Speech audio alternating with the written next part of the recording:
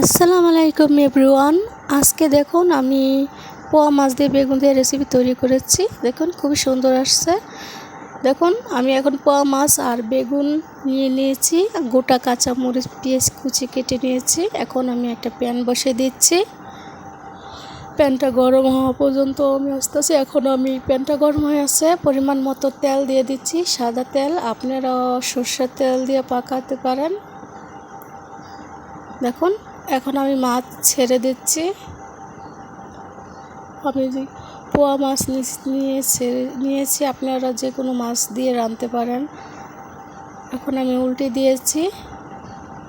আমার পোয়া মাছটা ভাজা হয়ে আসছে। এখন আমি নামিয়ে ফেলে এখন বেগুন দিয়ে দিচ্ছি। বেগুনটা ভাজা করব লাল লাল করে। কিছু হলুদ গুঁড়ো দিয়ে দিচ্ছি। এখন নাড়াচাড়া দিচ্ছি। আমার ভিডিওটা যদি ভালো লাগে থাকে ভাই আর বোনেরা লাইক সাবস্ক্রাইব করে দিবেন।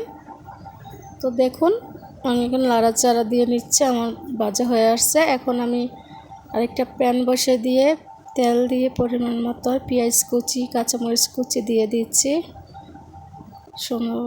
এখন নাড়াচাড়া দিয়ে পরিমাণ মতো পেঁয়াজটা ভাজা হয়ে আসলে পরিমাণ মতো আদা রসুন দিব।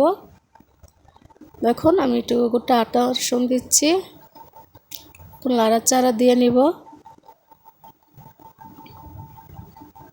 1-1.5 টেবিল চামচ আদা রসুন দিয়েছি। নাড়াচাড়া দিয়ে পরিমাণ একটু পানি দিয়ে দিচ্ছি কষানোর জন্য মিডিয়াম মতো। তারপরে নাড়াচাড়া দিয়ে এখানে আমি ধনে গুঁড়ো দিয়ে দিচ্ছি 1 চামচ। তারপর একটু নাড়াচাড়া দেব।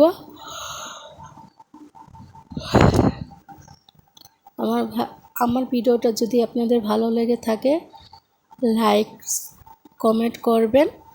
আপনাদের একটা কমেন্ট আমাকে অনেক উৎসাহ করে। ভিডিওটা ভালো লেগে থাকলে সাবস্ক্রাইব করে দিবেন। নতুন নতুন ভিডিও পাওয়ার জন্য আপনারা বেল সাবস্ক্রাইব করে দিবেন।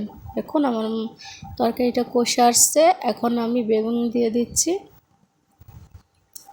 বেগুনটা কষে নিব নাড়াচাড়া দিয়ে।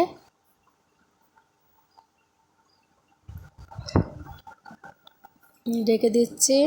এখন আমি আবার উঠে আসছি। দেখুন আমার বেগুনটা কষে আসছে। আমি একটু পরিমাণ মতো পানি দিয়ে দিচ্ছি। আপনাদের পরিমাণ মতো পানি দিয়ে নেবেন। আমি ঝোল অল্প খাই, তা আমি অল্প পানি দিয়েছি। এখন ঢেকে দিচ্ছি বলক হওয়া পর্যন্ত। আমি একটা টমেটো কুচি করেছি, তো টমেটোটা এখন আমি দিয়ে দিচ্ছি।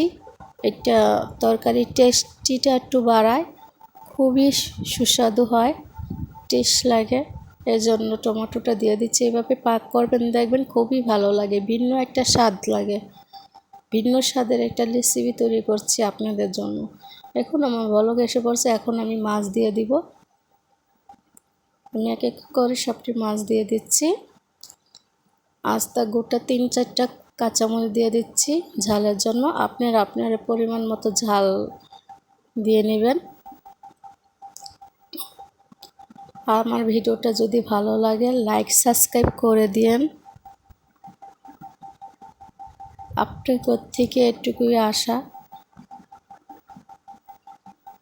প্লিজ ভাই ভিডিওটা ভালো লাগে লাইক সাবস্ক্রাইব করে দিবেন। দেখুন আমার তরকারিটা বলক এসে পড়ছে। এখন পরিবেশন করব।